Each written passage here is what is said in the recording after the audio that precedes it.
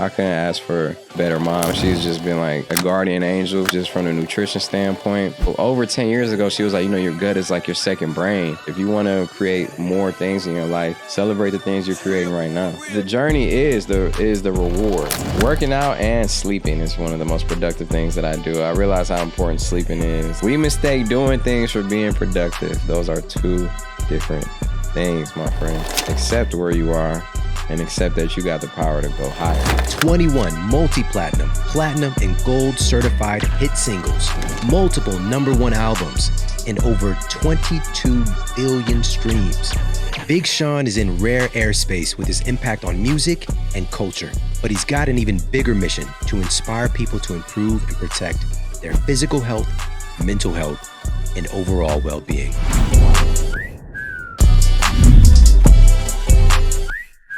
Let's start off with your superhero origin story. Yeah. All right. So let's talk about, when did you fall in love with music?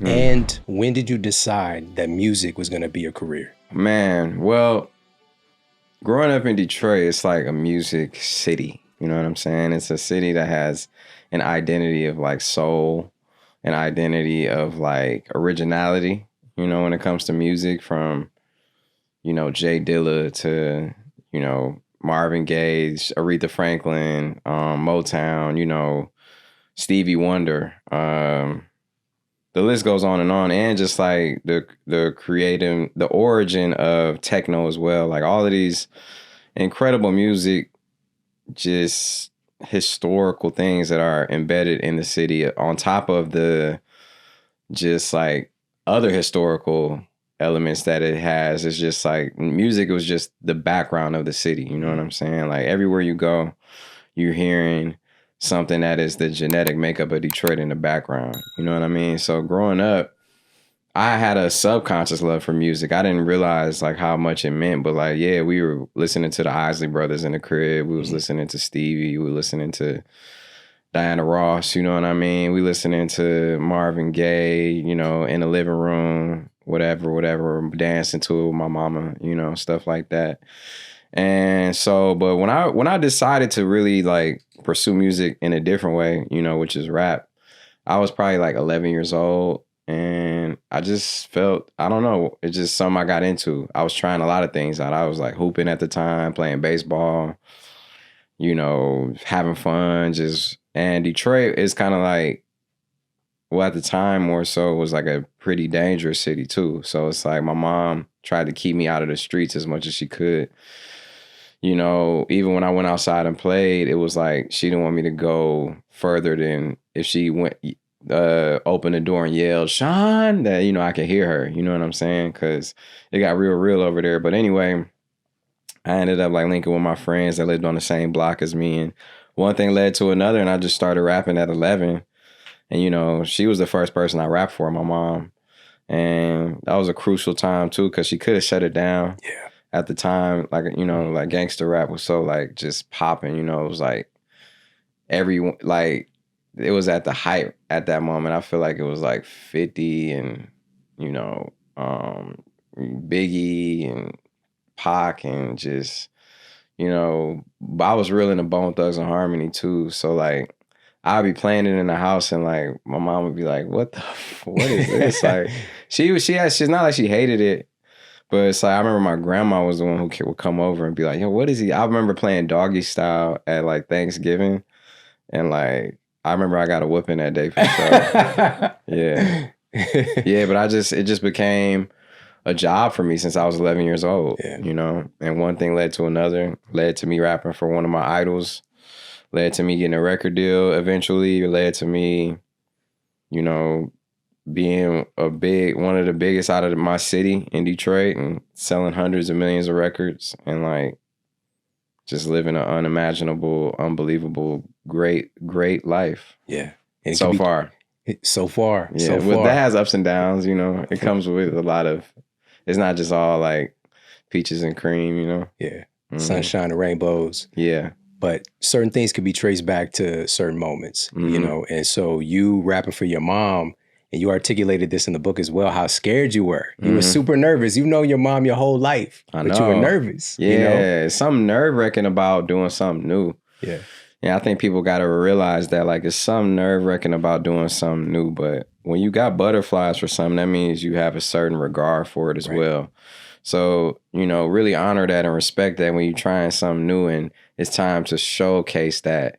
If you get butterflies, I think that's a good indication that you on the right track. As if you annoyed at it or if you don't care about it no more, if you don't give a fuck no more. It's like, that's when it's time to like reevaluate what you're doing.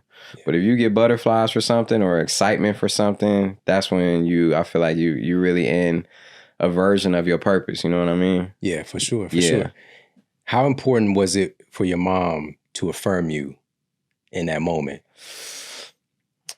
How important was it for her to affirm me in that moment when because I rapped for her? Because in the book, you even said like it was so generous of her to do that. Like you were able to look back and see how she could have taken it and gone a different direction. It could have crushed you. Yeah, I know in hindsight, right? Yeah. I think that like when a parent can embrace their kids' dreams as their own and put their ego aside essentially and they're like trying to control them, because I realized as a parent myself, it's like you want to, your very first like instinct is to, oh no, wait, control them, or you have an idea of how you want them to be. Right. But then you realize that you come to a point where it's like, well, now I know the idea of that I want them to be is whoever they're going to be. And I just want to nurture that and help them, guide them in the direction they need to be in, So, yeah, I just appreciate her and all the mamas who be like treating their kids like dreams like it's their dreams, all the moms that like, especially my mom, she's just been like a guardian angel. We were talking about all the things that she's introduced in my life just from the nutrition standpoint, from all of the like supplements I take, all of the vitamins I take, all of the just concepts that have really changed and that she was early on, talking about microplastics and all these things like years and years and years and years and years ago, gut health. Over 10 years ago, she was like, your gut is like your second brain.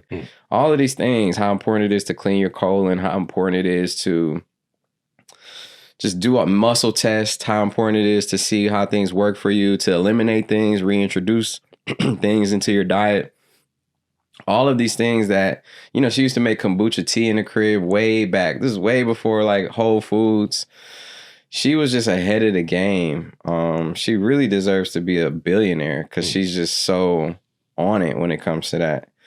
I'm just thankful for that. She really has probably saved my life in a lot of ways, Yeah, for sure. Well, the billionaire part is through you, so she made you, Yeah, I know. I got to get it for her, right? That B, but that's what I mean, though. Like she's just been like so on it and knows what she's talking about when it comes to that. That's a blessing, man. Like for real. Yeah. This is one of the things I connected with you on is like my mother-in-law, like she saved my life. I know she's listening to this right now. Of course, she listens to every one of my shows. Shout out to mama-in-law for sure. Yeah. And just like she impacted so many people, she's an occupational therapist, but she was going above and beyond, like talking to her patients because there's a standard of care. Like you just have them do these little exercises. She would make food for them. She would talk to them about nutrition. She would talk to them about meditation. She's been teaching meditation for decades, back in Kenya. She was teaching meditation, Wow. And, that's one of the things, same with me. Like I learned in meditation so early on. Yeah. She introduced me to like some of my favorite authors like Esther and Jerry Hicks and Deepak Chopra and Paulo Coelho and, just a lot of people, even Bell Hooks, books like just like she really was on her just strong Black woman, heavenly angelic vibe as a queen, you know what I'm saying? So I couldn't ask for better mom. And my dad is in the room with me now. Like I couldn't ask for better parents when it comes to just, getting blessed with good parents, Yeah. And like even that's one of the things in the book, it's like go back to like me rapping for my mom, like that.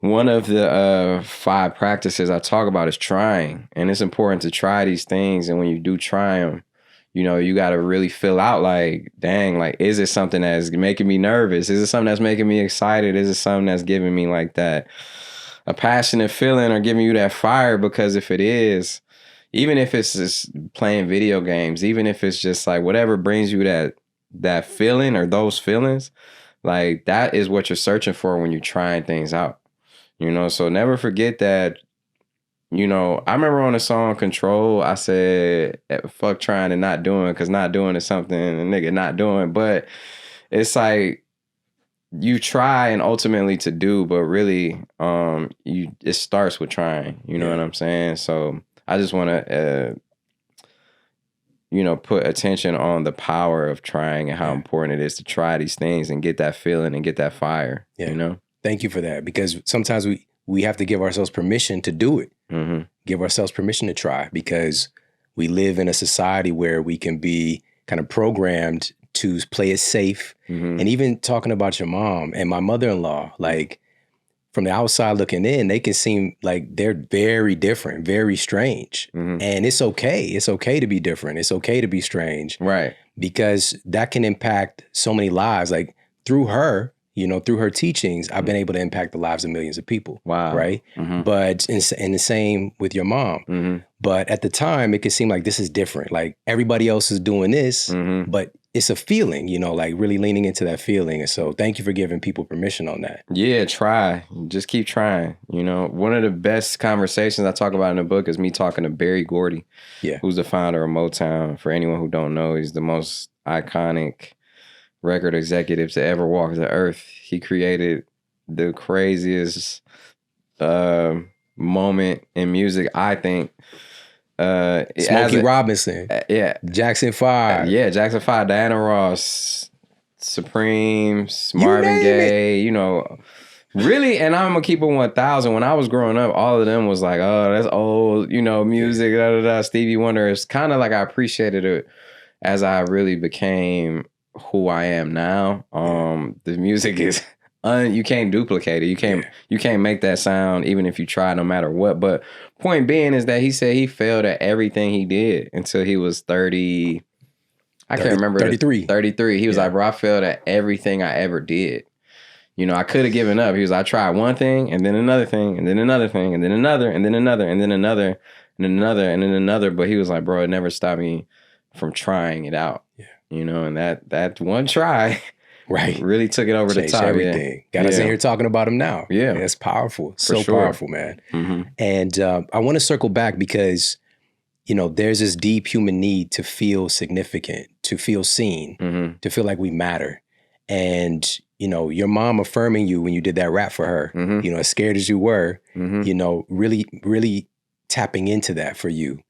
And if you could, can you talk about that? Because it's also, we want to affirm people, we want to be affirmed, but we also want to find that within ourselves as well. So talk a little bit about searching for significance outside of us. And especially, again, there's levels to this and being a kid versus being adult, but you gained a lot of significance and notoriety from the outside world. But for many people, they end up feeling empty still. Yeah. So let's talk about that, cultivating that self-assurance and self-confidence from within versus the outside.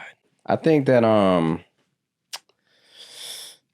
the importance of having acceptance in your life is something that we all seek. It's just about where you seeking it from, where are you looking to seek your acceptance from. I think it's important to if that's what you're desiring, to get acceptance from your family, from your friends, from people who matter to you. I think it's like when you're trying to please everyone who even you don't know and who isn't directly impacting your life, that can be a tricky game, a slippery slope. It's like I talk about that in the book too. It's like being in the business of pleasing everyone is a business hardly anyone probably is or never successful at, truly. You know what I mean? Because everyone has been blessed with their own individual taste and their own opinions. Some people like chocolate, some people like vanilla, some people like strawberry, some people like all three, some people like mango and don't like any of them. You know what I mean? It's just like, it is what it is. So I think that when it's natural, like, you know, for example, when I rap for my mom and she heard me out and she helped encourage that confidence. Right. Yeah, I feel like the importance of giving confidence to a little boy or a little girl is just priceless. It's like the most valuable thing you can give someone. And that's coming from, I feel like, a woman like my mom who is confident in a lot of ways and also lacks confidence in a lot of ways, you know, based on the product of being a product of her environment. Same with my dad. You know, they grew up in segregation. They grew up, you know, my mom still cries about like having to drink from certain water fountains or going certain places, like not be able to do things or not be able to land certain roles as an actress, you know, all certain things that when she was pursuing her dreams, that she wasn't able to do and be held back. And it really shot down a lot of her confidence, you know, and regardless of how beautiful she is, regardless of how amazing she is, the sparkle. And same with my dad being a black man coming from Monroe, Louisiana, it's just like the confidence could get corrupted. Yeah. So I think that's one of the beautiful things that I've been blessed to be able to not just recognize, but be able to, that's one of the cycles that I'm able to change, passing on to my son, is like recognizing that and building up his confidence and letting him know. You know, even on the song I did about my son on my last album, I was like, I was talking, I forgot the exact lyric. What I saw, I see my younger self in him is still to reminisce. Will he lose it to the world? Is it imminent, or is it something that me and his mama had instilled in him? And the confidence you lose, you could build again. You know, it's like really instilling that in him. So I think that it's very important as a black man or anyone of color, especially because they tear our confidence down directly and intentionally, you know, just keep it 1,000 with you. So I think that it's one of the most important things is to inspire that confidence in our brothers and sisters, and to seek validation from yourself first and foremost, and from the people who really matter to you, if that's what you're after. Some of us don't need validation. Some of us know what it is. Some of us don't need anyone to tell us that we know we're on track. And some of us could use a little bit of validation. And it feels good to be told, hey, man, you're doing good, or you did a good job, you know. I think when you seek it from people who have nothing to do with you, though, that's when it can get a little dangerous. That's when because then you're living and dying by something. You're looking for an unconditional feeling from conditional people and conditional circumstances. And those things can like be very dangerous sometimes. Yeah, that's a word. Mm-hmm. So obviously you've been talking about your mom. You said that she also introduced you to manifestation. Yeah. She's the person who really put you onto that and the power of that. Let's talk about that a little bit. Yeah, I mean, so, you know, naturally me rapping, you know, and taking it serious from 11 years old, as time got on, and my mom being such a student of just like amazing authors and, you know, spiritual. We would go to church every Sunday, you know, have Sunday dinner. I was blessed to have such a beautiful family in that sense. And she just, you know, always knew the importance of manifestation. And I kind of feel like she waited till the right time to really bring it to me. But I was always naturally into it, you know what I'm saying? I think that's one of the reasons I love like Dragon Ball Z so much and Star Wars and like things that show people defying impossible odds, or, you know, the hero's journey. Yeah. You know, she saw that in me too. And I think that like she waited to a certain time to introduce certain books that applied to me, you know, like, and certain like concepts. And I think she was very well crafted. She didn't just throw everything at me.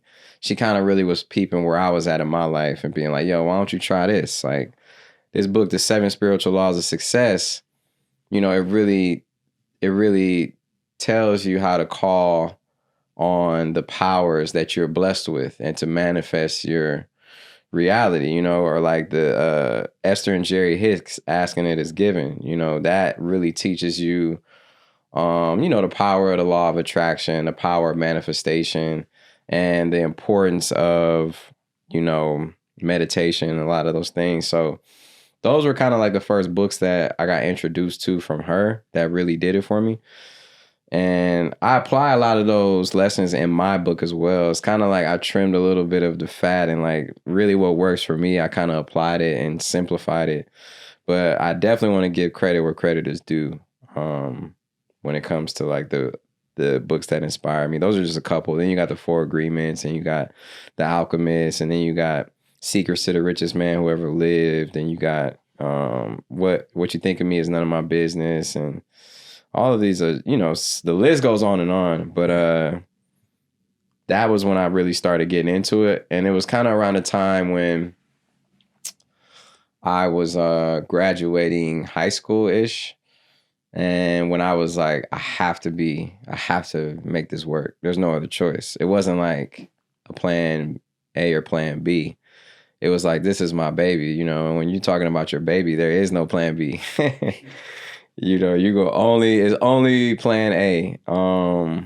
So that's what I had to do. I had to manifest it, and I took it super serious. And I had a notebook for every book I read where I had the notes. So that way, if I took a day or two break, I could like read the notes and be right back in that vibration. And yeah, it doesn't necessarily go how you always want it to go. I feel like God gives you what you want sometimes and always gives you what you need. And sometimes what you want and what you need align, and sometimes they don't. And that's when it could be heartbreaking in life for all of us, who are after something and don't get it in the way you think you were meant to get it, or it may come in a different way, or it may never come that way, but you never know what that path could have led to. And one of the things that I manifest for myself first and foremost is like the greater good of me and my family. And like like if it affects that, then it's not for me. If it compromises that, then it's not for me. Yeah. Yeah. So this is one of the 5 practices that you embed into the book. Mm-hmm. Accept, strategize, try, trust, and manifest. Yeah. And with manifest, this is so powerful because this is, from my perspective, something that we're all doing all the time, but we're largely unconscious of it. And you're affirming for people that you can be a conscious participant in this and manifesting your life and creating.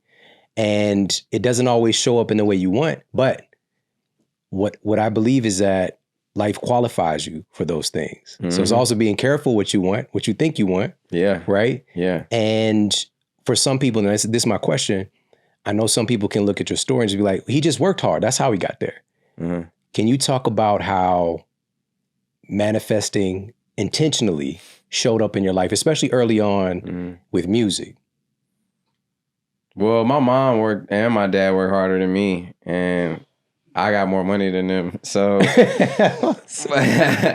the thing is, it's not about how hard you work. My point of being is that my mom having 2 jobs, working all day, then having another job. And, I know I was laughing, but it's real because it's not about how hard you work, it's about how smart you work. Not to say hard work isn't I definitely worked hard, by the way, and there have been times where I worked all day and night myself. But my point being is I don't think hard work is what justifies how much, whatever it is you're after, you get. It could be money. It could be, I don't know. Let's just use that metric. Some people are not after the money. Some people are after the respect. Some people are after the, I don't know, for, the fulfillment, for their idea of success, whatever it is. Just because you work hard for it. And by the way, there are people who have hundreds of billions of dollars who may work an hour a day, not even ever work. You know what I'm saying? It's like, that doesn't dictate that. Now, it does take hard work to be able to stay disciplined, to be able to, there comes that 10% of whatever it is you're doing that separates you from everyone else. And that is when your passion comes through and that discipline comes through. But there's also times where it doesn't even feel like work because it's something you love so much. You know what I mean? So when it comes to manifesting something, and that's obviously one of the practices in the book is manifesting.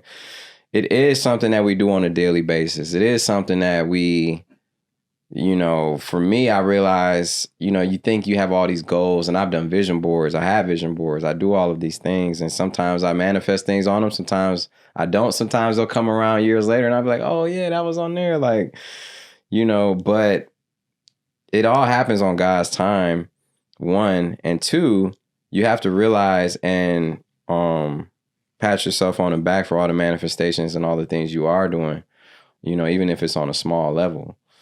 We kind of discount ourselves of the small wins every day that we accomplish, you know, whether it's like, hey, man, today I need to do my laundry, do this, fold my clothes, I need to brush my teeth, I need to take a shower, I need to do these things that become routine. But they really are an example of you setting a goal and accomplishing it. It's a muscle. It is a muscle. And once you recognize that, it's like you feed it, you know what I mean? And you feed the energy of, okay, that's the type of person I am. I'm an accomplished person. I'm a manifester. It's like, you know, when you're in a relationship sometimes and you do all these sweet things for each other, and then sometimes they could start to become regular.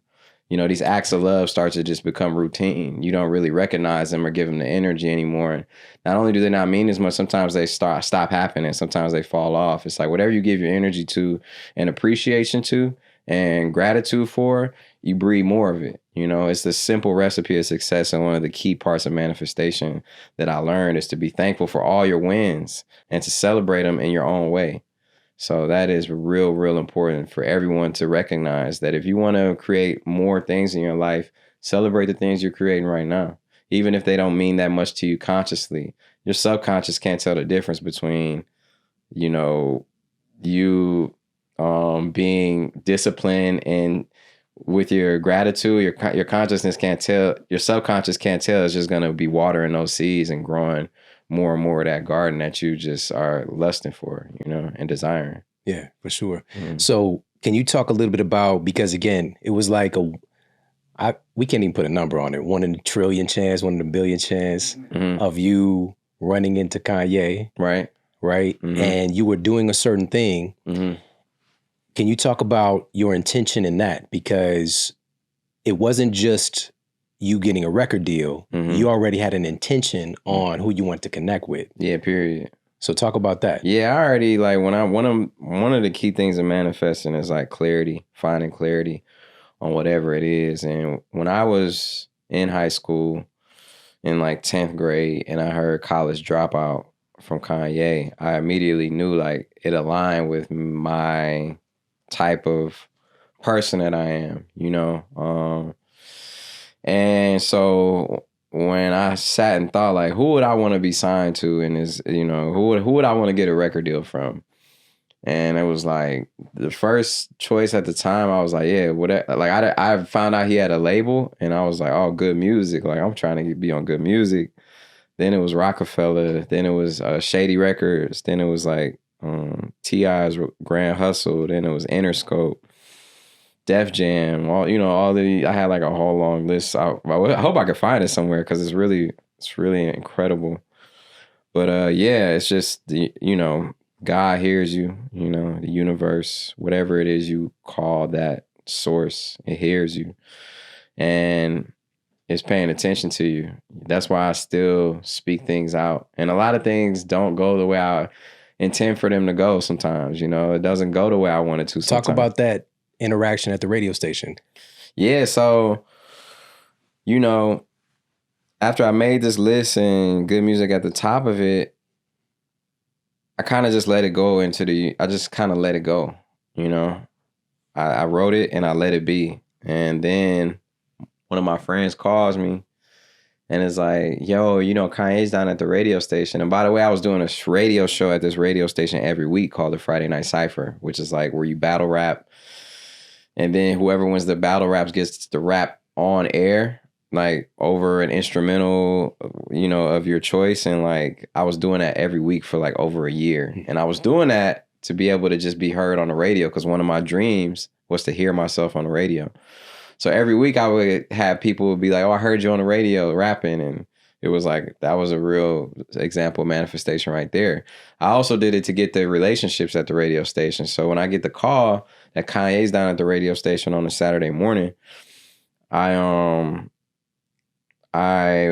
was cashing my check. I was a telemarketer at the time, and I left the bank, ended up getting down to the station through a crazy series of events, and lied and said I left my phone back there, because I was there the night before rapping. And they let me in because they knew me. I've been going there for like over a year, and They're like, oh, Kanye's back there, man. I'm like, oh, word, like, like, okay.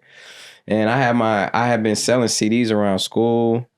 I had my press kit. I was like already prepared. You know what I'm saying? Because not I didn't realize it, but that's just what that was just what it led to. Anyway, I got a chance to rap for him as he was walking out the station.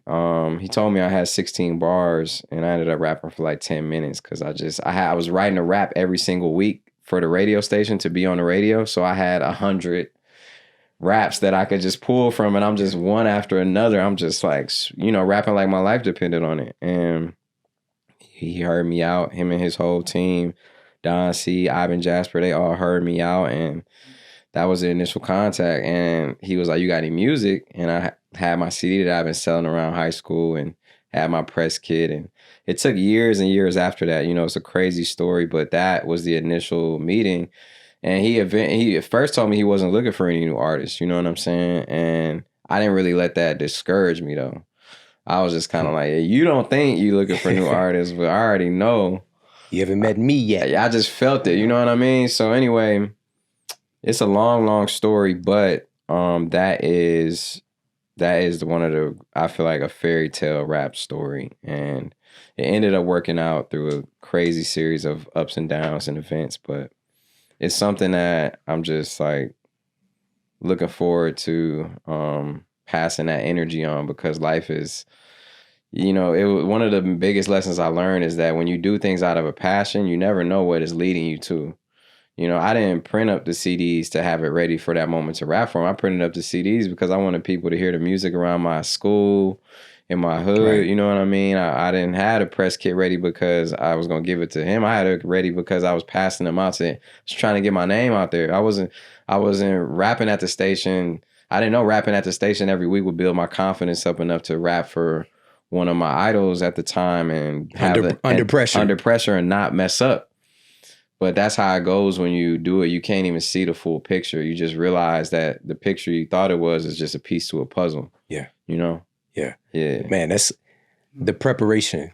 That saying, preparation meets opportunity. Mm-hmm. That's what luck is. Yeah. But lucky you were putting those reps in at the radio station, for a year, like you said. Yeah. And also having the press kit. Yeah. Having the CDs, you had everything, the preparation met the opportunity. Yeah. And you're going to get that whenever you want to pursue something, whenever you really taking it serious and you put that 10,000 hours in.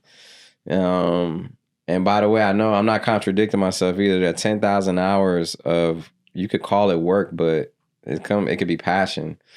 That's why I say like hard work doesn't dictate success always. I'm sure there are people who worked harder than Michael Jordan who weren't as successful as Michael Jordan, And by the way, just another statistic is that the people who are the highest scorers are also miss the most shots. So don't trip off of things when they don't go exactly how you want them to, or aren't as like big as you want them to be, or small, or whatever it is. It's just like, we realize when you step back just how special it is to be here and to be taking these shots at life. It's remarkable, dog, for real. This leads to another one.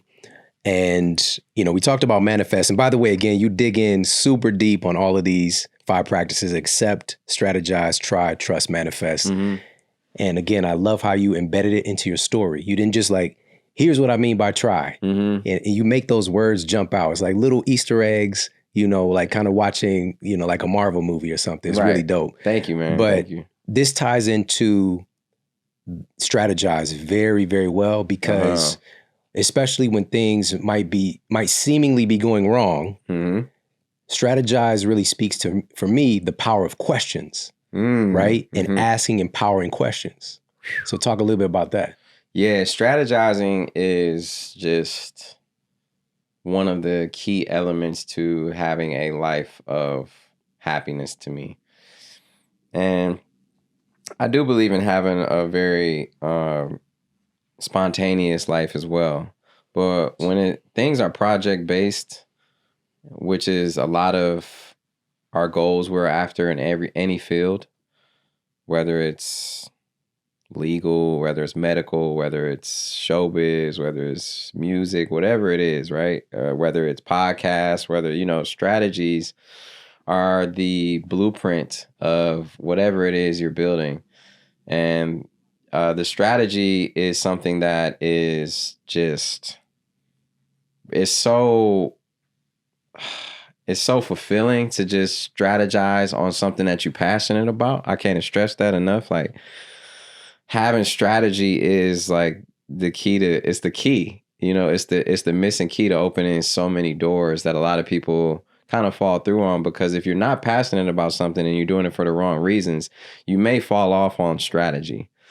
You make a try and you may, I don't know about trusting, but when it comes to strategy, you're going to be like, you'll fall off of it. You have to be passionate about what you're strategizing about and realize that I love strategizing because my life depends on it. When I work out in the gym, I'm strategizing. Like, okay, when I'm in making music, I'm strategizing on like, what do I need to put this team together to bring this song to life, to be able to lift people up or whatever it is I'm trying to get done. Strategy is one of the just most important things in the world to apply to any situation you're dealing with, and is to me the main ingredient in manifesting. And what it takes to strategize is just, I talk about in the book, it's really important to have someone that you consider a mentor, whether it's a family member, whether it's a friend, whether it's somebody you admire, even from afar. Even, we got social media now, and you can tune into people's interviews. You could tune into people, and it really just takes an element of them for you to strategize on what it is you admire about them and how do I apply that to my story. And that, having mentors or people you look up to or people you consider, even just peers or anything that are inspiring you in any way, if you could really drop the ego of it all and just realize that you're a student and you're here to be of service, that strategizing will take you anywhere you need to go. Yeah.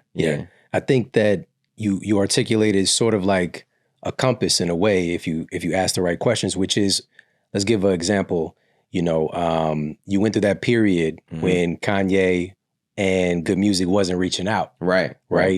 And you can easily, we can maybe talk a little bit more about it, but you can easily get into this, why me? Why is this happening to me? That victim mentality. Right. Instead of asking, okay, what is this trying to teach me? What lesson is or gift is trying to emerge? What quality is this situation trying to birth in me? Right. So it's like being able to reframe it and ask a more empowering question. Right. And what you shared was even in the good stuff as well. Like, how can I make this even better? But the compass with the strategy is the questions. Yeah. How does it get any better than this? Yeah, it is. And during that time, there was that time when I was, I guess, 19 and my label, like the label wasn't hitting me back. And I turned down all my scholarships to go to college and like my admissions, and like I was still in the same room I grew up in for the majority of my life, sleeping in the same twin bed, you know what I'm saying? And just like over it. Just my friends calling me like, yo, what's up with the deal? What's up with the record deal? Like, what's going on, man? You could have came to school. Like, or I would go visit my friends at school, see how they living on their own, doing this, crazy stories, new girls, new friends, new everything. And like, I'm kind of had to take a different path. And it was a lonely path. And it was a path of like, that was my first wave of depression. My first wave of, I was victimizing myself as well.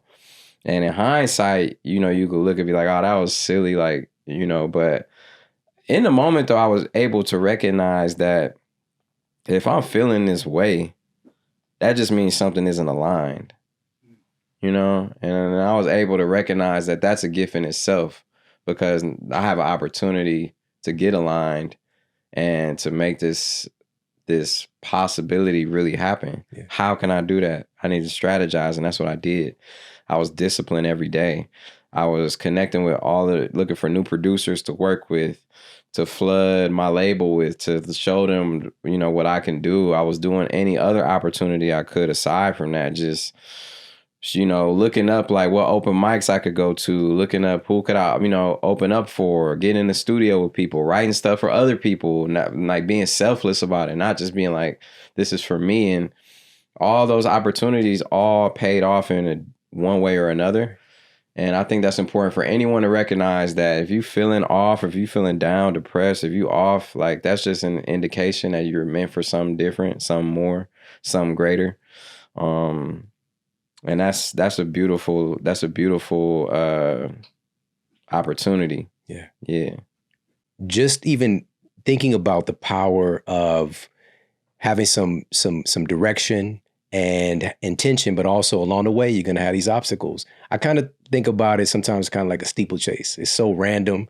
You know what I'm saying? It's kind of like it's not a sprint, it's a marathon. And you got this random big ass hurdle and a puddle and whatever. Yeah. And all these kind of unexpected things. But then if you get to a certain place, you start to, it's a pattern. It is to be expected. Yeah. Because if you want growth, it's going to have to qualify you in many different ways. You're going to have to grow. Yeah. You know, if you want growth, pains. You're going to have to grow. Exactly. Growing pains. Yeah, and man. you talk about that too. Growing pains. What is life without it? We look back at all the things that will cause us distress or things we like, you know, really the mindset is one of the most important things. If that was a sixth practice, it would be mindset. Your mindset of how you look at things can alter anything. And one of the most important things about my mindset that moving forward that I'm able to apply to my life that has made my life so much more pleasurable no matter what is going on is separating my happiness from everything else and not letting something not going my way dictate that. It's like, what I mean by that is like, we kind of tie all of that together. Like my whole life, it's like, yeah, I was depressed because the record deal wasn't coming through, you know, and I didn't go to school and my friends was happy at school, right? When really all of those things are separate things. Like I still could have made myself happy. I know how to make myself happy because I'm the source. Mm. That's the beauty of it. You know, that's kind of the detriment when you on drugs and like you get high off of something. It's like, that's the source of it. But when you're the source of it, when you high off of your life, you can really do anything and be high at any time. You know what I mean? And that meaning that high of happiness, meaning that like you in control of that. And that is one of the things that no matter what really goes on, things phase me and I'll be like down about it, but it never can take me under like it used to. Sometimes that could really ruin somebody. Sometimes that could throw somebody off for the rest of their life. Yeah. There's no way that can happen to me because the power of me working on myself has been an armor that I need to put on and to go through this world and take any hit possible and knowing that I got the power and there's always a golden thread that's going to lead me from where I'm at to where I desire to be at. And there's nothing that could cut that off except me. You know what I mean? So no matter what, everybody got a way to do what they got to do. Like the impossible has already been done. In fact, that word probably is just doesn't even have the same meaning anymore. It's like we saw Tom Cruise do Mission Impossible 9 times. Come on. No, but for real though, it's like what is the impossible? You know what I'm saying? It's like it is possible. It's the end you should call it like impossible because it's possible within, you know? Yeah. One of my favorite lines in the book, you said, it's a lot easier to become stronger when you're not in crisis, right? We tend to want to change when we hit the ground, you know, when we hit that, you know, just absolute devastation, you know, we want things to change. We hit the rock bottom. Yeah. That inspires a lot of people to change. And that's a way.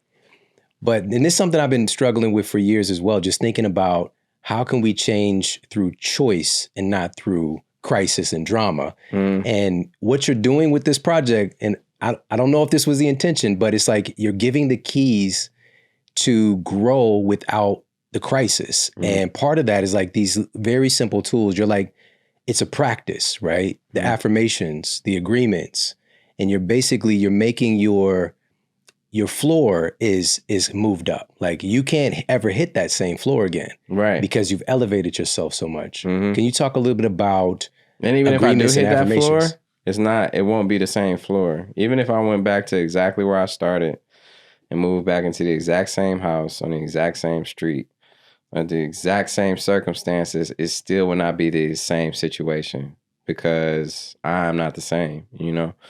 And nothing about it is the same because of all of the things that I've accumulated. That's one of my favorite things about The Alchemist, you know, not just, I'm going to get back to this. My favorite part about The Alchemist that hits me every time is that he goes on his journey to find all of these things that he's looking for in life. He accumulates all of these things. He learns how to work at a crystal shop and create all this tea. He learns how to be an alchemist and make gold out of stuff. He learns how to just be he sells his sheep early on, all these things. And when he finally hears the voice of God, he said, God, where is this treasure that I've been looking for? And he's like, oh, it's at a church. Literally the church where he started at. Oh, it's at a church. It's right there. That's where the treasure is the whole time. This whole time you go on this trek. So it's like, to me, basically it's saying that you have it. It's already there. The journey is the reward. But so let's go back. So what was the question again? I just wanted to get that off. But you said affirmations and agreements. Okay, so affirmations and agreements. For me, an affirmation is the communication of exercising the power that God has given me. That's what an affirmation is. I'm affirming whatever it is I believe is possible, because that is the talent that I've been granted. The talent of being a human being, the talent of having intellect, the talent of being able to naturally be a part of this nature, you know what I'm saying? So to me, an affirmation is like sitting down like how we are and saying what it is that I would like out of this situation. Now, when we go through these things though, and some of them work out in our favor and some of them don't, I never lose faith. One of my favorite lines from Tupac in an interview, he was like, yo, I want God to know I'm not soft-hearted. I'm not a punk. Like, I was, he he put me in the Benzes. God was there for me in the Benzes. God was there when I didn't have nothing either. And I want him to know that I recognize him in everything, in every situation. So for me, I think that's important for people to recognize, is that when things don't go your way, you don't lose faith in yourself, and you don't lose faith in God, and you don't not trust yourself. You have to trust in the deeper, bigger picture of it all. Yeah. That this is something working out way different than you could ever imagine. So to me, when you go back to the power of affirmations, you are just giving your best shot and communicating what it is that you would like to see best in your life. And as far as an agreement goes, an agreement to me, like when I make an agreement, it's set in stone as, and by the way, when I write my affirmations and when I write my agreements, I sign them at the end of it, because I write it in my paper. I sign it because, like how I would sign $1 million contract, because that's how official it is to me. I'm signing it. It's actually more important than that. So I'm signing every time I do affirmations. Every day I sign it like a contract. Sometimes I sign my name and my son's name because I know how it's affecting him too. And same with agreements. And an agreement is something that to me is just unbreakable that I make with God. Like an example to me of an agreement is like, I'm going to be the best father for my son, Noah. That's something that cannot even be, nothing can come between that. Not even death. You know what I'm saying? One of the agreements you talk about is with working out. Uh-huh. And this is going to be helpful. That's right. This is going to be helpful for a lot of people, because a lot of people, they quote, fall off the wagon. Yeah. They aspire to start consistently working out, Mm-hmm. but something happens, but you had this revelation really, and you made an agreement. And one of the things that you mentioned in the book as well is like, you see this as something that your life depends on it. Like you made that shift in your brain that this working out isn't even negotiable. My life depends on it. Yeah, and that's and another power of an agreement is that, you have to realize that these agreements you make, your life depends on it. That's the only way you're going to do it. If you not working out, if you don't think working out is a life or death thing, you're going to fall off of it, because you're going to think that there are so many other things that have precedence over it. But I'm gonna keep it 1,000. When you treat things like it's life or death, like working out, that is when you are disciplined enough. When you treat your dream like it's life or death, when you treat your passion, your purpose, when you treat your family, when you treat these things like it's life or death, that is the only way to be successful at it. And to me, successful is purposeful in it, is had to find happiness in it. And yeah, like, and there have been times where my schedule literally doesn't permit me working out and I don't get to like have the same consistency, but I know how important it is. And I will never not do that. You know, I know that it's life or death. And I think that is the only way that you'll get in that gym consistently or whatever it is you're doing. The gym figuratively or literally, you know, some of us literally go to a gym. Some of us go to a different gym in a different way. Yeah, for sure. One of the things you talk, and speaking of being busy, you know, being productive, you said in the book that working out is one of the most productive things that you do. Why'd you say that? Yeah. Working out and sleeping is one of the most productive things that I do. I realize how important sleeping is. As my dad sleep right there in the corner. No, I wasn't sleeping. I know, I'm just playing. Say it louder. Say it louder. I was not sleeping. But I didn't sleep for about 3 hours last night, so I am a little sleepy. No, it's okay. He's locked in. I'm just playing. My daddy is locked in. Over there talking about it. But yeah, working out is one of the most productive things you could do. Sleeping is one of the most productive things you could do. If you realize the mirror of what's outside and realize that this universe, this stars, how everything is correlating and rotating literally is inside of you as well. It's a whole universe going on in your body with all of these trillions of neurons and cells and things that are doing its job to make sure you wake up every day, to make sure you're here, and that it's a real miracle. You are literally a physical walking miracle. The fact that everything is working in synchronicity and the fact that you're able to open your eyes and fire off this message to here and this electron to here, you realize that you're a walking miracle. So yeah, when you are taking care of yourself, that is one of the most productive things you could do because it's literally like taking care of a whole universe. It's like taking care of a planet. It's like taking care of a whole more than one person, because not only are you taking care of yourself, you're offering it to the whole world, to your whole environment, you know, and in many ways, not just in physically, but also vibrationally. So to me, you know, productive, when you think about being productive, a lot of us kind of use that word as a metric referring to like money or like referring to product. But really productivity is you being happy and you being your best self. That's the most productive thing you could do. And because all of everything else just flows after that. Whatever it is, the money, I don't know, whatever it is you're after, that comes as a byproduct of you being your best self. And that's why it's important to work on yourself. Yeah. Mm-hmm. Let's address the guilt people feel about it. You know, because that's one of it's a real phenomenon in our culture today. It's like taking care of yourself. And we're kind of programmed with that as well. You know, like especially coming from where I come from is self-sacrifice. You know, you basically kill yourself to uplift your family in some weird way, right?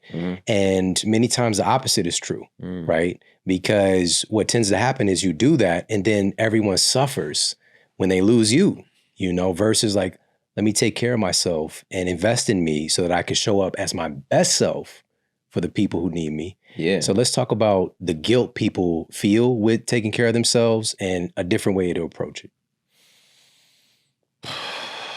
I mean, I understand you could feel guilty about taking care of yourself. For some people, there's a thin line between selfish and selfless, or selfish and self-care.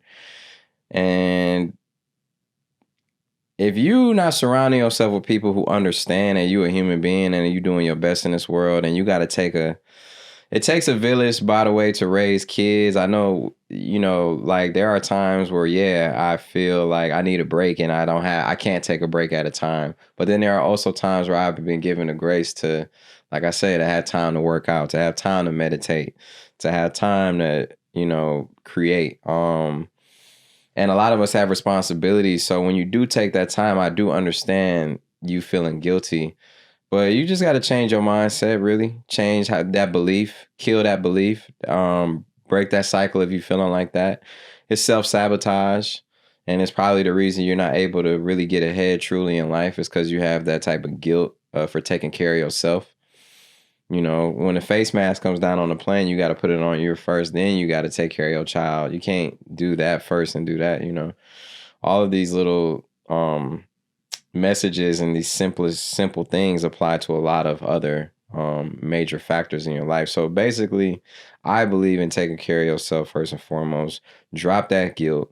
Now, there is balance in everything. I ain't saying like work out for 6 hours a day. I'm not saying like don't be there for the people who love you. I'm not saying like don't be there for a friend because you're taking 6 months to take care of yourself. No, like it's about balance and it's about being considerate of you, not just yourself, of other people, and doing what you got to do to show up right, Yeah. I hope my oldest son listening about that 6 hours a day working out.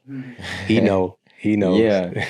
Yeah. He's at the gym right now, probably. Yeah. And as I get older, I realize that the more hours you put into something doesn't mean you're getting more out of it. It doesn't mean that you're like, if I spend 12 hours in the studio, that doesn't mean I'm more productive than spending 2 hours in it. If I'm spending an hour in the gym or 2 hours in the gym, that doesn't mean if I spend 8 hours in the gym that I accomplish more. It actually does not mean that. And I think that's another belief we have to drop as human beings.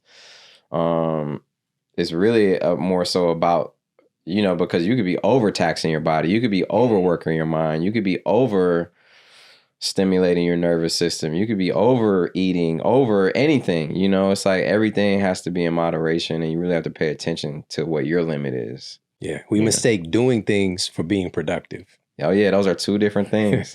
We mistake doing things for being productive. Those are two different things, my friend. Yeah. So getting in and changing that inner belief, dealing with the guilt, processing things, just being able to associate with yourself. Mm-hmm. You talk consistently through the book about the power of meditation. Yeah. And I want to talk a little bit about where you picked up, I know you mentioned your mom as well, where you picked up this practice and how it has evolved and how it's impacted your life. And like, why is it so important to you today? Let's start with that. Well, I got introduced to meditation through Deepak Chopra, and like him doing his meditations with him and Oprah, and also Esther and Jerry Hicks as well. And my mom introduced me to that, and I kind of really discovered it on my own in that sense, though. It's like she gave me the tools, but I really took it serious. And what I realized meditation is for me, it's two things. One, it's time to take out for yourself, right? Of being conscious enough to realize that you are a walking magnet.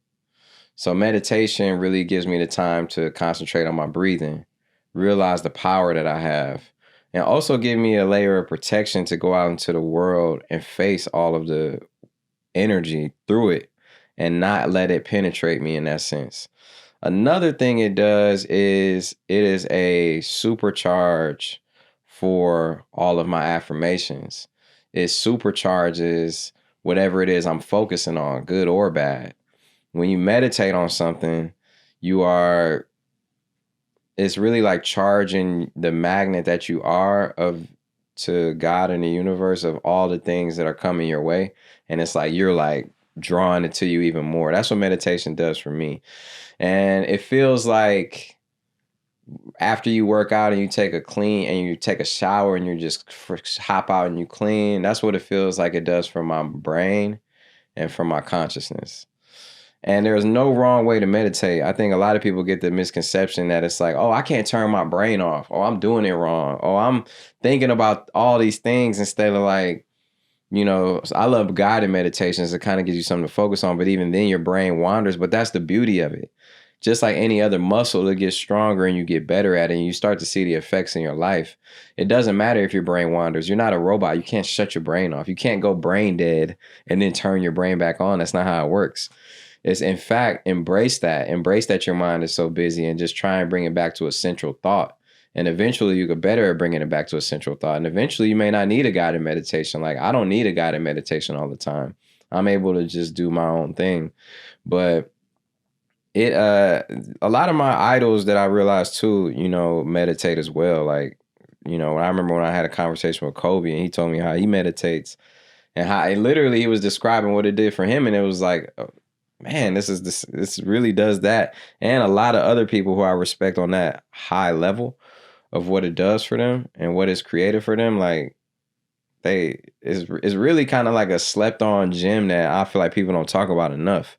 It's like a real secret to success. Like meditate on whatever it is you're going through, meditate on it and pray on it. Don't ever think that like prayer, meditation, all that stuff works so well. Just work it. It's there for you to work it. Yeah. And funny enough, we've got the science to prove it now, but this has been known for thousands of years. Mm-hmm. This is real. Explain that because the science, and that's another thing. People think meditation is like some woo-woo thing or like it's been scientific studies that show that how much it improves your brain, how much it improves the bridges in your brain of firing messages, how much it improves your brain health, how much it improves your memory, how healthy people's brains are, much more healthy than the people who don't meditate. Yeah. And that's one of the things I got to experience when I did 40 Years of Zen by Dave Asbury. And they firing off all these neurons and correcting how your brain flows and all of these things. That is, meditation does that naturally on a way slower level, but it's scientifically proven to be great for you. So. Yeah. And also we affect the world around us. We're connected to it. There's a great experiment, some researchers led by Poppenheim, and they had a vacuum, right? Mm-hmm. So this is like an apparatus where there's nothing in it. It's completely empty. Mm-hmm. But you can't get rid of biophotons, like the little energy packets that make up everything. Yeah, that's right. And so they were just kind of randomly scattered in the vacuum as you would expect. Mm-hmm. They put a strand of human DNA into the vacuum. And the researchers were shocked when the biophotons basically conformed themselves. They all were attracted to that human DNA, right? Wow. And so already they're just like, okay, this is fascinating. The human DNA is changing what's happening in the environment. Now, when you take the human DNA out, you would expect it to go back to its random conformant. They took the human DNA out, but those energy packets, those photons, those biophotons stayed as if the human DNA was still there. Eventually, they dispersed again. The human DNA changed the environment completely. It changed it. It left not a permanent imprint, but a lasting imprint on the very stuff that makes up our reality. And so that's just one example of how we are literally sending out a frequency. And that's another part of this too. The Institute of Heart Math, like the human heart has a magnetic field that extends from our body. Like we're sharing an energy space. This is how we feel people's vibes. Yeah. You know what I'm saying? Like this isn't just, we say this stuff in culture, but like this is scientifically proven now and not something for us to sleep on. Mm-hmm. And so when you were saying, don't sleep on meditation and prayer, like this stuff works. You're impacting the world around you and you're deeply, deeply, directly impacting yourself. And these tools are available anytime, anywhere, if you're guided to go higher.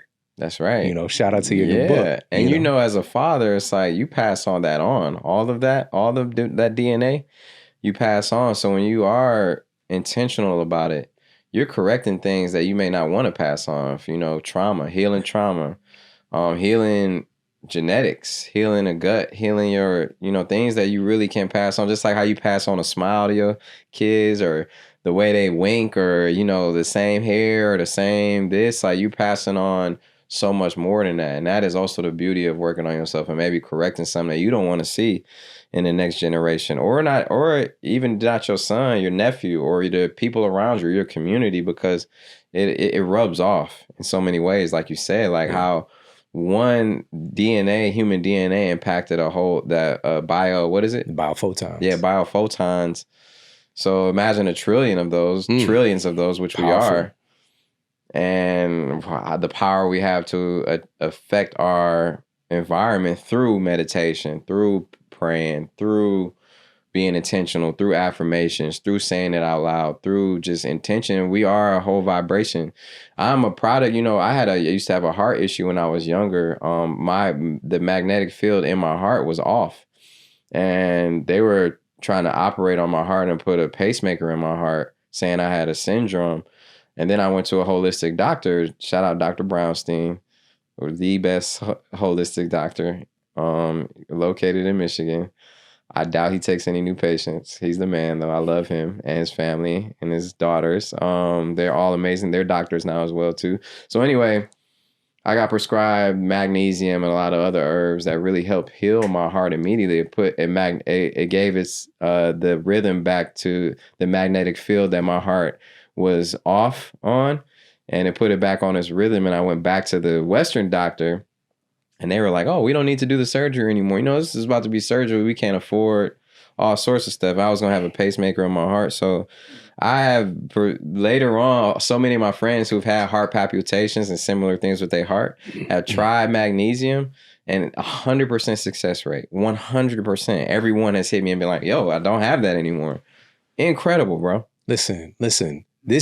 So magnesium is an electrolyte. These are minerals that carry an electrical charge. Yeah. But because we separate things mentally, your heart is running on that electrical energy. Yeah. Right. And if you're deficient in these things, your heart's just going to do what it can do. Yeah. Like we were sipping on electrolytes before we started. That's right. You're damn right. We did. Yeah, we did. I went out and did a show with Dr. Oz back in the day. Oh, shout out Dr. Oz. Yeah. And he was a cardiologist. And he shared with me that during heart surgery, they would actually use magnesium to keep the heart beating, right? And like kind of like a solution. And I'm just like, word, like that. Again, it makes sense, And so our cells are like crying out and it's communicating to us that it requires certain things just to function normally, And so that's so powerful. And again, this also speaks to you being connected to the right person at the right time, because so many other people every day, they find themselves in that kind of standard of care and they don't get that real insight, because you could have ended up having surgery and had a whole different life path. Yeah. So it's incredible. And let me tell y'all, the food we eat is not the same food that our parents, grandparents grew up on. The food we eat does not have enough nutrition to support us fully as a human being. We have to supplement. It's like the land, the earth has been so stripped of nutrients without us being conscious enough to put nutrients back into the soil that it is really hard out here to get everything you need. Not saying it's not possible. It's very difficult, and most of us probably won't have the discipline to do that. You have to find out what works for you. You have to take things to help you digest. You have to take care of your gut. You have to, you're going to have to take probiotics. You're going to have to take enzymes or whatever it is for your digestive system. You're going to have to find electrolytes that work for you. You're going to have to find these certain things that really, I have a whole bag of supplements that I take every day. You're going to have to find out what it is that works for you. All of us are so unique. Some of us have to heal certain things. Some of us need to get the EMFs out of us. Some of us need to get mold out of us. Some of us have all of these issues that sound so foreign and like, no, that can't be me, or parasites, all of these things. You have to figure out what works for you, and you must, if you want to live a long lasting, healthy, fun life. I'm telling you, it's like essential to be able to take care of yourself. Electrolytes especially is one of the most important things you're going to need. Yeah. You mentioned that it was your grandmother who was really on you about taking your supplements, about working out, about reading to be a better man. Yeah. Let's talk a little bit about her. Man, so I was just blessed to have such a military minded, Black, beautiful, strong, Southern toughness, amazing, just quality grandmother, you know what I'm saying? Who was one of the first female Black captains in World War II and was in the 688 Battalion. and she was incredible. She was everything that you would expect. Like, just set the standard for what being the backbone of the family. I feel like I'm the backbone of my family now. She's gave me the blueprint of that too, you know, because she put it all on her back. And she like made sure she made dinner. She made sure we had Sunday dinner. We would go to church. We would do all these things that she believed was the best way of giving us the best life. And she introduced us to all of these beautiful things. And even when I did the opposite of what she wanted me to do, which was I didn't go to college, I pursued music, she still supported me. And I spent all the money she saved up for me with all these college bonds on studio sessions. And even when she thought it was still going down the drain and I was throwing my life away, she never turned her back on me and showed me what unconditional love really is and what to really support a family member really means. And I was so blessed to be able to buy her a house before she passed away, her and my mom. And like really, you know, one of her favorite things was Jeopardy. She would watch like Jeopardy and all of these Westerns and stuff. And I remember I was a question on Jeopardy one time and the answer was me. And she just, that to me, that was like one of the coolest things ever. Probably one of my most like, when did you feel successful? That was my first, probably one of the times where I felt like true success. So yeah, I don't know how else to describe her, but she was the best there ever is, ever was. And yeah, I mean, just a strong Black woman that has like lives in my DNA. You know, I feel her with me every day. Yeah, you talked about that. And this is another power or type of meditation is even if somebody is no longer here, to be able to communicate with them. Yeah. Because not only is she in your DNA, but we know their voice. We know what they would say, right? And just to be still, and this is a practice that I absolutely love, that I value and cherish. Even with people that I might not necessarily know, I've had this practice of like having my trusted board of advisors. Right. Like if I'm dealing with an issue, you know, I'll sit and I'll put certain people at the table that have experience in that, and I'll go through and ask their perspective. Yeah. Right. And I've been doing it for years and years and years, and it's one of the most nurturing things that I do, you know. And so, but specifically when I can talk with my grandmother, you know. Yeah. And so, yeah, talk about that a little bit. Yeah, it's just you go through these situations in life and you wonder, what would they do? What would my granddad think of this? What would my mom, what would my grandma think of this? What would my great-great-grandma never thought of think of this, you know? And that's someone who I really don't know her voice like that, you know? I've only met her a few times when I was younger. So you realize that DNA is it's a piece of information. It's like a computer. It's like it holds all of these different information, and this information is passed on to you. And you can go in this information and unlock answers to whatever it is you're looking for because the answers are already there. It's one of those common sayings like, you know, that you think has no meanings, but the answer is inside you. It really is, you know, and it is because that DNA is a computer. It's like information that you can unlock if you just search for it and type in the password to it. So yeah, you know, I do ask, man, what would like Mildred, my grandma, what would you do in this situation? And like whatever, when I really tune in, whatever really comes to my mind, I really feel like that's the communication. I don't have to think about it too hard. It's not something I have to search for. I think it's that easy. Yeah, yeah. And thank you for sharing that experience because, of course, a lot of times kids are going to make decisions that parents, grandparents might not necessarily agree with, and sometimes rightfully so. That's fine. Right. Yeah. But for you, you know, having this vision of what you wanted to create and this passion and taking a different approach, you know, foregoing an opportunity with school and really investing in your future as a rap artist and your grandmother still loving you through all of that and wanting you to have your education. And now you're educating the world through music and now through this book. What do you think your grandma would say, or what would she feel if she was able to go into that bookstore today and to see your book there on the shelf? she would be happy for sure. She would like throw a party or something. We would like just be proud because it's really a culmination of her. Even though my name is on it, it's like her book too, you know, or like my family's book. Like I feel like it takes a village to raise somebody. It's like that whole village, the whole community is like, that is whose name is on it. It's not just like Big Shawn, you know? So she would be very proud, very excited. Yeah, it's crazy. It's crazy how many lifetimes you could live in one lifetime.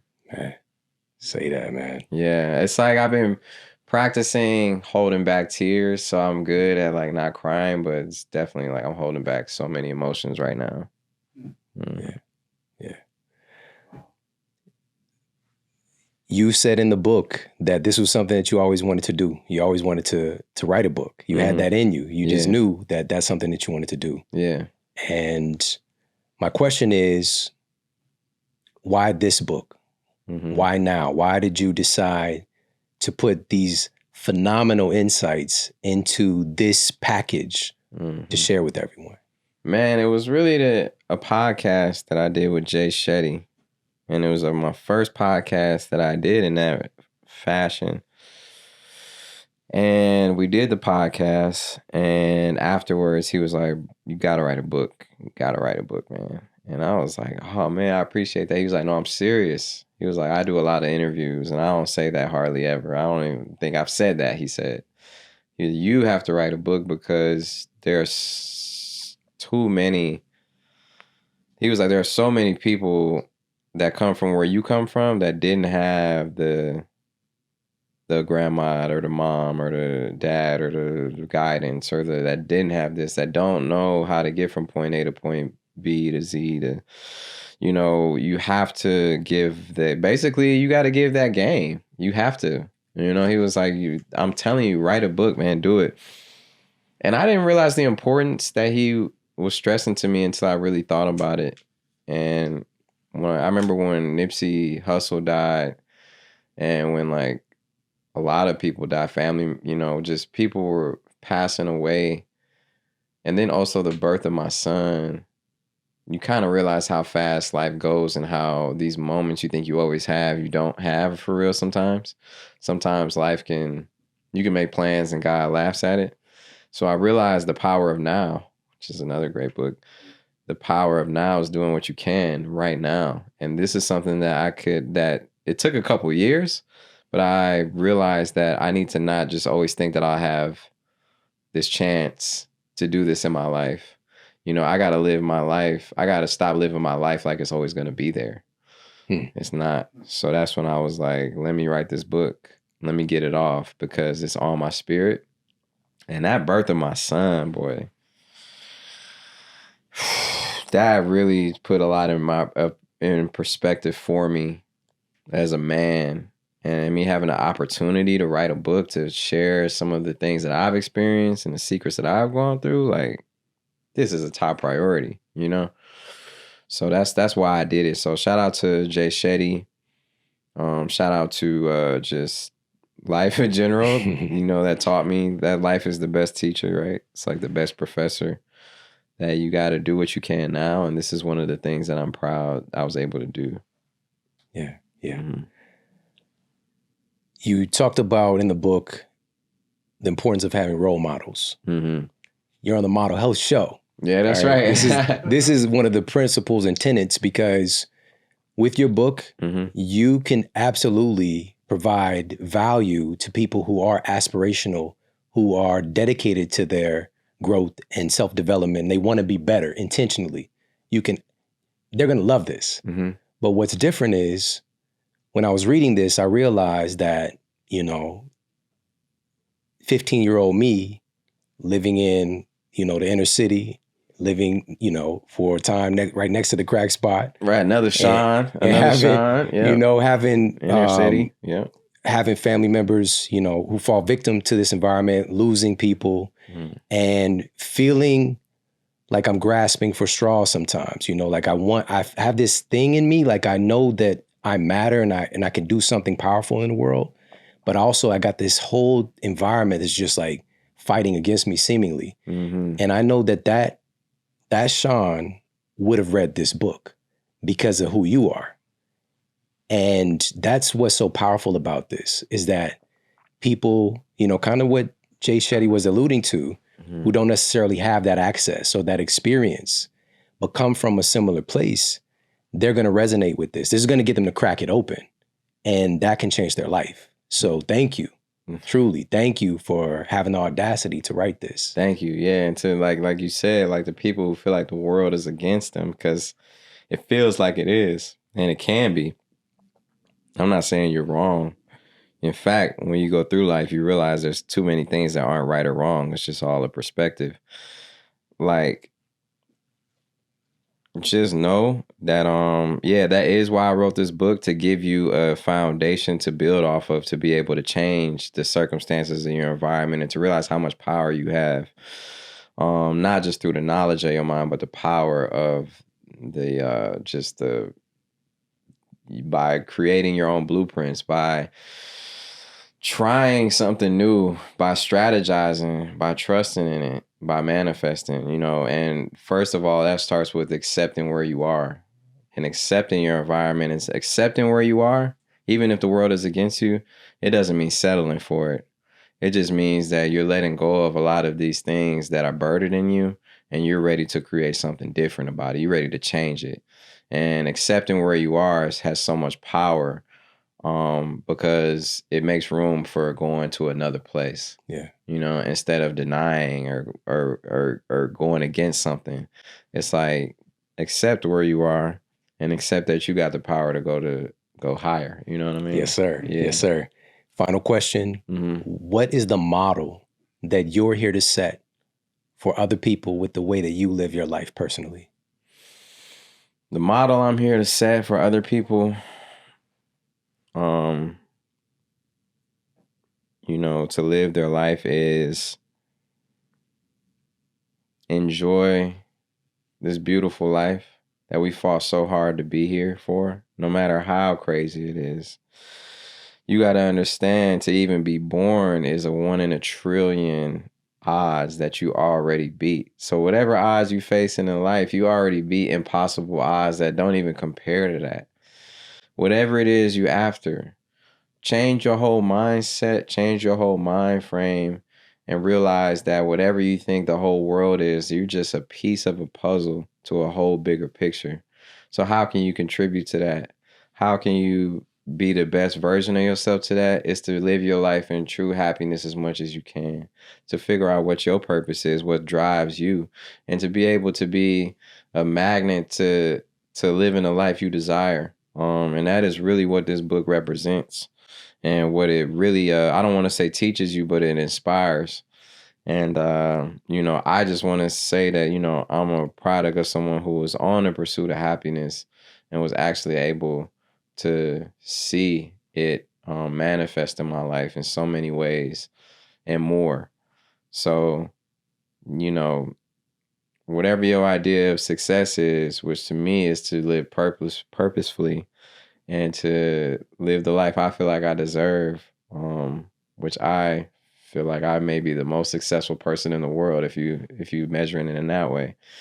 So that is the model that I would like to set for others, and that knowing that you deserve it, and that it's not only is it possible, it's on you. Go ahead and get it. Yes, sir. Yeah. Thank you, man. By the way, I got so much respect for you. I appreciate you not only giving me your books, but just being conscious enough to teach, you know, to realize how important and how, whatever words you want to use, how important, how spiritual, how amazing it is to be conscious of the foods you're eating, how food is such a healing, holistic, even eating food every day is such a ceremonial thing that people kind of like, we get in front of a TV and eat and all these things, but really you're neutral. You're giving your body nutrition to be able to survive. It's one of most incredible things. And we sometimes as humans, we eat such trash. I appreciate you speaking up because we don't know any better. Yeah. It's not we eat trash because we want to eat trash. Facts. It's that we don't know any better, and that you're speaking up and introducing a very achievable lifestyle that is just makes life better, so much better in every single way possible. Yeah. You know, Facts. I need to come back and we talk about just that. You know, we don't talk about book stuff. We talk about like your mission and your passion, and because I feel like I align with you when it comes to the holistic journey and the food choices, and you know, like we were talking off camera. So that's a whole nother thing. But I just want to say congrats to you. I know we share the same name, but aside from that, I'm just proud of you.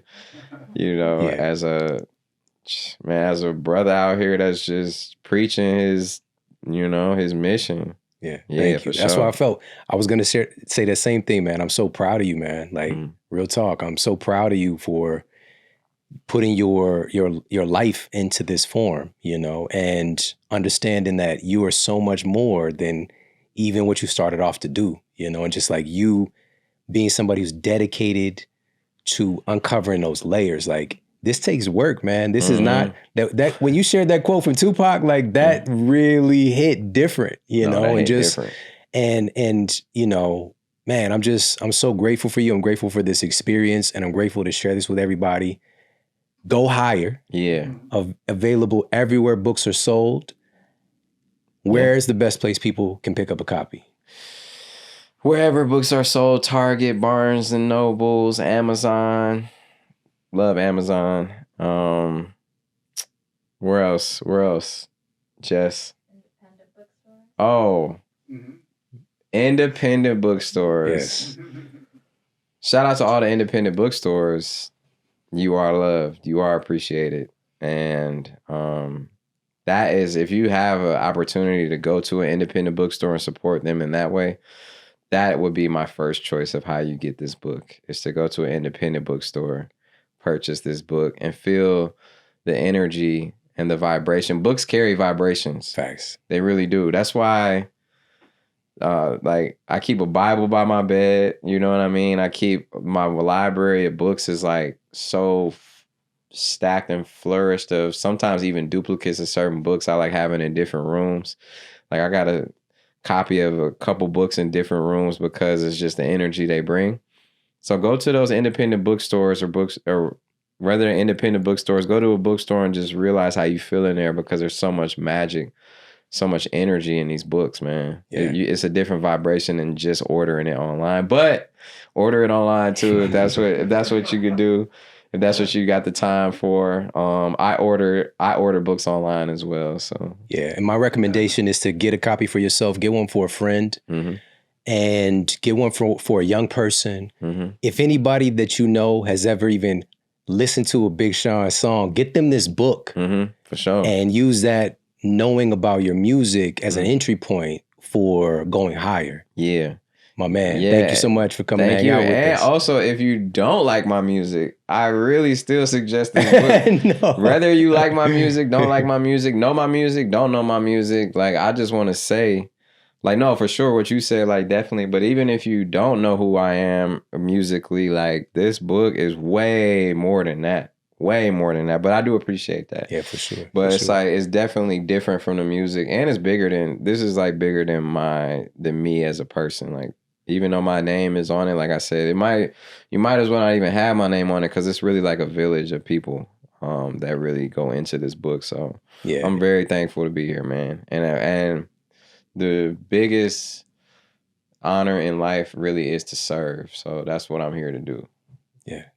True that. And yeah, real talk. If you just turned off a country song to listen to this podcast, you know what I'm saying? Dolly Parton, Conway Twitty, whatever you're into. Yeah. This is a unifier. You know, it's from everybody. It speaks to everybody. Yeah. And that just speaks to who you are and your character to be able to create something like this. So thank you, brother. Amazing, man.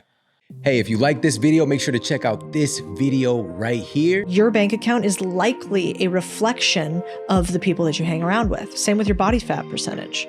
And the more you hang around people who are heavier than you, actually, the more likelihood you have of gaining weight. And so bank accounts and bodies are very similar in this way.